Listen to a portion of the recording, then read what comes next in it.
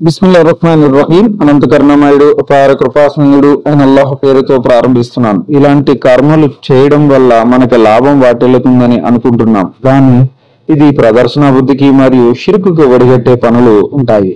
మనం చేసేది నమాజే కదా, మనం చేసేది ఉపవాసం కదా అని నియత్ గాని కరెక్ట్ గా మనక సంకల్పం గాని సరిగ్గా లేకపోతే మాత్రం ఆ కార్యాల వల్ల దాసుడు దాసురాలు ఎలాంటి విముక్తిని అల్లాహ్ సుబ్హానహు తఆలా దగ్గర పొందలేకపోతారు. ఆ విషయాలు ఏమిటో అనే విషయం గురించి ఇప్పుడు మనము తెలుసుకుందాం. హజ్రత్ ఉమర్ బిన్ ఖత్తాబ్ రదియల్లాహు అన్హు ఉల్లేఖనం: నేను దైవప్రవక్త ముహమ్మద్ సల్లల్లాహు అలైహి వసల్లం గారిని ఇలా ప్రవర్తిస్తుండగా విన్నాను. కర్మల ప్రతిఫలం సంకల్పంపై ఆధారపడి ఉంటుంది. ప్రతి వ్యక్తి అతడు సంకల్పించిందే అతనికి ప్రసాదించబడుతుంది.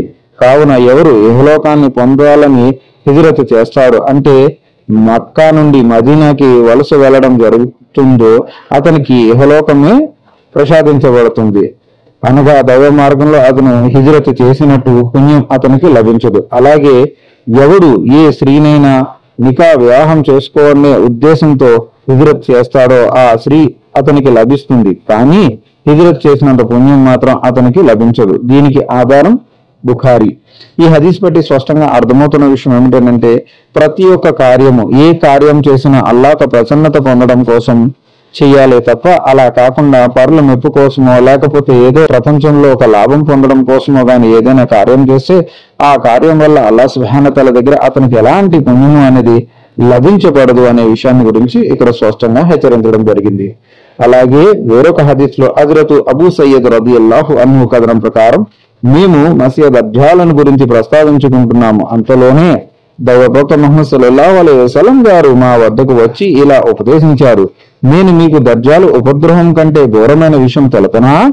అప్పుడు తప్పకుండా తెలియచేయండి దైవప్రవక్త అని శిష్యులు అన్నారు. అప్పుడు మహాప్రవక్త ముహమ్మద్ సల్లల్లాహు అలైహి వసల్లం ఇలా తెలిపారు: దజ్జాలు కంటే ఎక్కువ అపారకరమైనది అంటే ఒక వ్యక్తి నమాజు చేయడానికి నిలబడి దానిని వెనక చూస్తున్న వారిని సంతోషపెట్టడానికి పొడిగిస్తాడు. దీనికి ఆధారం ఇబ్న్ మాజా 4204 సహీగా దీన్ని పేర్కోవడం జరిగింది. ఈ హదీస్ బట్టి అర్థమవుతున్న విషయం ఏమిటంటే, మనం నమాజ్ కు వెళ్తున్న సమయంలో ఎవరైనా మన పక్కన గాని వెనక గాని ముందు గాని ఎవరైనా మనల్ని నమాజ్ చేస్తున్నప్పుడు గమనిస్తున్నప్పుడు ఆ వ్యక్తి చాలా శ్రద్ధతో ఆ వ్యక్తి కోసం నమాజు చేస్తాడు. ఇలా చేయడం కూడా మహా పాపం అవుతుందనే విషయం ఈ హదీస్ ద్వారా మనకి స్పష్టంగా అర్థమవుతుంది. అలాగే వేరొక షిర్కైన పద్ధతి ఏమిటో కూడా ఇప్పుడు తెలుసుకుందాం. హజ్రత్ షహాదత్ బిన్ ఆఫ్ రదియల్లాహు అన్హు కథనం ప్రకారం దైవప్రవక్త ముహమ్మద్ సల్లల్లాహు అలైహి వసల్లం ఇలా చెబుతుండగా నేను విన్నాను: ఎవరు ప్రజలకు చూపడానికై నమాజు పాటిస్తాడో అతను షిర్కు చేశాడు. మరెవరు ప్రదర్శన బుద్ధితో రోజా ఉపవాసము పాటిస్తాడో అతను షిర్కు చేశాడు. మరెవడు ఇతర మెప్పుల కోసం సదకా చేస్తాడో అతను కూడా షిర్కు చేశాడు. ఈ హదీస్ వల్ల స్పష్టంగా అర్థమవుతున్న విషయం ఏమిటంటే, ఎవరైతే ఒక వ్యక్తి కోసం లేదా వేరే ప్రజల కోసం ఏదో చూపించడం కోసం ఇతను ఒక పెద్ద నమాజీ కింద, లేకపోతే ఇతను ఎప్పుడు ఉపవాసాలు ఉంటాడు, మరి ఇతను ఎప్పుడు సదకాలు చేస్తాడు అనే విధంగా ప్రజల కోసం తెలిసే విధంగా ప్రజల్లో గొప్ప పేరు ప్రతిష్టలు పొందే ఉద్దేశంతో ఏదైనా చేస్తే మాత్రం అది షిర్క్ అవుతుంది. అంటే ఇది పెద్ద షిర్కు కాదు, ఇది చిన్న షిర్కు అవుతుంది. దీనికి ఆధారం ముస్లిం అహ్మద్.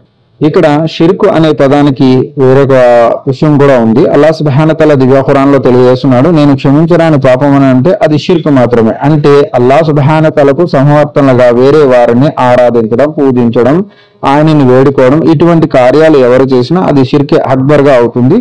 అది క్షమించరాని పాపం అవుతుంది. మనము ఈ యొక్క 3 విషయాలపైన మనం శ్రద్ధ వహించాలి. ఒకటి వచ్చేటప్పటికి మన సంకల్పం అల్లాహ్ సుబ్హానహు తఆలా ప్రసన్నత పొందడం కోసం ఉండాలి. అల్లాహ్ సుబ్హానహు తఆలా ఏదైతే ఆదేశించాడో దాని ప్రకారంగా మనకు ఆచరణ ఉండాలి. రెండో విషయం, ప్రదర్శన బుద్ధితో నమాజు చేయడం అనేది మనకి తగని పని. అలా చేసే నమాజు అతనికి ఎలాంటి ప్రయోజనాన్ని చేకూర్చదనే విషయం అర్థమవుతుంది. అలాగే మూడో విషయం, ఎవరైతే ప్రదర్శన బుద్ధితో నమాజులు చేస్తారో మరియు ఉపవాసాలు ఉంటారో మరియు దాన ధర్మాలు చేస్తారో ఇలాంటి విషయాలకు కూడా మనం చాలా జాగ్రత్త వహించాలి. వేరొక హదీస్ లో కూడా ఉంది, అల్లాహ్ సుబ్హానహు తఆలా ఖియామత్ రోజున 3 వ్యక్తులను పిలిచి అడుగుతాడు: నేను భూలోకంలోకి పంపించాను కదా, నీకు అన్ని ఇచ్చాను కదా, నువ్వు ఏం చేశావు అని అడిగినప్పుడు ఆ వ్యక్తి అంటాడు: ఓ అల్లాహ్, నేను వచ్చి నాకు ఉన్న జ్ఞానాన్ని ఇతరులందరికీ కూడా తెలియజేశాను, అంటే నాకున్న ఖురాన్ జ్ఞానాన్ని ఇతరులందరికీ కూడా తెలియజేశాను అని అంటాడు. అల్లాహ్ సుబ్హానహు తఆలా దాగి ఉన్న విషయం, బయట ఉన్న విషయం, అంటే బహిరంగంగా ఉన్న విషయం ప్రతిదీ కూడా అల్లాహ్ సుబ్హానహు వ తఆలా తెలుసు. అందువల్ల అతనికి ఆ సంకల్పాన్ని అల్లాహ్ సుబ్హానహు వ తఆలా తెలుసుకొని చెప్తాడు, కాదు కాదు నువ్వు అలా చేయలేదు, నిన్ను గొప్ప పండితుడని ప్రజలు అనుకోవాలని, మంచి జ్ఞానవంతుడని అనుకోవాలని నువ్వు ఆ విధంగా చేశావు. నీకు కావాల్సింది నేను భూలోకంలోనే ఇచ్చాను కదా, వెళ్ళు ఆ నరకంలో పడు అని చెప్పి అల్లాహ్ సుబ్హానహు వ తఆలా ఆ వ్యక్తికి చెప్పడం జరుగుతుంది. అతను నరకం పాలవుతాడు. మరొక వ్యక్తి వస్తాడు. వచ్చిన తర్వాత నువ్వు ఏమి చేసుకొచ్చావు, నీకు నేను ప్రపంచానికి పంపించాను కదా, నీకు కావాల్సిన అన్ని ఏర్పాట్లు అక్కడ చేశాను కదా అన్నప్పుడు నీకోసం యుద్ధం చేశాను అని చెప్తాడు. అప్పుడు అల్లాహ్ సుబ్హానహు వ తఆలా ఆ వ్యక్తి గురించి సర్వము తెలిసి ఉంటాడు. ఆ వ్యక్తితో అల్లాహ్ సుబ్హానహు వ తఆలా సమాధానం ఇస్తాడు, కాదు కాదు నిన్ను మహావీరుడని ప్రజలు నిన్ను పొగడాలని, యుద్ధంలో నువ్వు చాలా వీరుడివని అందరూ నిన్ను పొగడాలని కోరుకున్నావు. అది నీకు కావాల్సింది ప్రపంచంలో నీకు ఇచ్చేశాను కదా, వెళ్ళి నరకంలో పడు అని చెప్పి ఆ వ్యక్తికి కూడా నరకంలోకి అల్లాహ్ సుబ్హానహు వ తఆలా పంపిస్తాడు. ఇక మూడో వ్యక్తిని కూడా పిలుస్తూ జరుగుతుంది. ఆ వ్యక్తిని అల్లాహ్ సుబ్హానహు వ తఆలా అడుగుతాడు, ఏమి నిన్ను నేను ప్రపంచంలోకి పంపించాను కదా, నీకు కావాల్సిన ఏర్పాట్లన్నీ చేశాను కదా, నువ్వు ఏమి చేసుకొచ్చావు అన్నప్పుడు నేను నీ కోసం దాన ధర్మాలు చేశాను, ఆపదలో ఉన్నవారికి, కష్టాలలో ఉన్నవారు అందరికీ కూడా నేను కావాల్సిన అన్నిటిని దానం చేస్తూ ఉండేవాడిని అన్నప్పుడు ఆ వ్యక్తి గురించి సర్వము తెలిసిన అల్లాహ్ సుబ్హానహు వ తఆలా అతనితో చెప్తాడు, కాదు కాదు ఇతను పెద్ద దానకరుణుడు, ఇతను దాన ధర్మాలు చేసేవాడు అనే పేరు కోసం చేశావు, అందువల్ల నీకు కావాల్సిన ఆ పేరు ప్రతిష్టలు నేను ప్రపంచంలో ఇచ్చేశాను కదా, ఇక్కడ నీకు ఎలాంటి హక్కు లేదు, వెళ్ళు ఆ నరకంలోనే పడు అని చెప్పడం జరుగుతుంది. మనం చేసుకునే దాన ధర్మాలు ఈ రోజు అనేకమైనవి ఉన్నాయి అనుకుంటున్నాం, మనం అపోహపడుతున్నాము. ఒక మసీదుకి వెళ్ళాము, ఆ మసీదులో చూస్తే దాతల పేర్లు, ఒక ఏసీ కొన్నారు, ఒక కూలర్ కొన్నారు, ఇంకా ఏదైనా ఒక వస్తువు కొన్నారు అన్నప్పుడు దాతల పేర్లు అని ఏడుస్తున్నారు. అంటే ఇది ప్రపంచంలో మేము దాన ధర్మాలు చేస్తున్నాము, మేము ఇటువంటి పనులు చేశామని చెప్పి గొప్పల కోసం చేస్తున్నారు.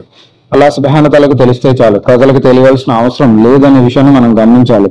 మనం చేసే నమాజు, మనం ఉండే ఉపవాసం, మనం చేసే దాన ధర్మాలు ఏదైనా సరే అల్లాహ్ సుబ్హానహు వ తఆలా ప్రసన్నత కోసమే ఉండాలి తప్ప పరుల మెప్పు కోసం కాదు. పరుల మెప్పు ఈ రోజు చెప్పుకుంటారు, రేపు మర్చిపోతారు. కానీ అల్లాహ్ సుబ్హానహు వ తఆలా దాన్ని ప్రతిదీ కూడా లెక్క పెడతాడు. అలాగే ఒకదానికి 10 పుణ్యం కూడా అల్లాహ్ సుబ్హానహు వ తఆలా ప్రసాదిస్తాడు. మరి దివ్య ఖురాన్లో దీని గురించి ఏముందో తెలుసుకుందామా?